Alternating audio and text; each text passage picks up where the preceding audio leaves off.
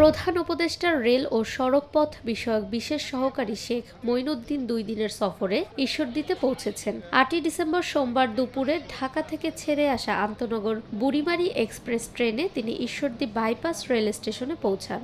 স্টেশনে তাকে ফুল দিয়ে স্বাগত জানান পশ্চিমাঞ্চল রেলওয়ে, পাকশী বিভাগীয় রেলওয়ে ও স্থানীয় প্রশাসনের কর্মকর্তারা।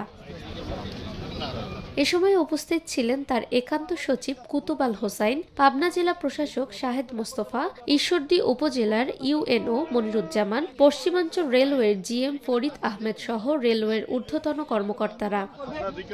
দুপুরে পাকশী বিভাগীয় রেলওয়ের বিভিন্ন দপ্তর পরিদর্শন শেষে ডিআরএম কার্যালয়ে তিনি মতবিনিময় করেন। আগামীকাল 9 ডিসেম্বর মঙ্গলবার সকাল 10টায় তিনি রূপপুর পারমাণবিক বিদ্যুৎ কেন্দ্র প্রকল্প, সড়ক ও জনপথের সড়ক এবং পেপার মিল স্কুল পরিদর্শন শেষে ঢাকার উদ্দেশ্যে যাত্রা করবেন।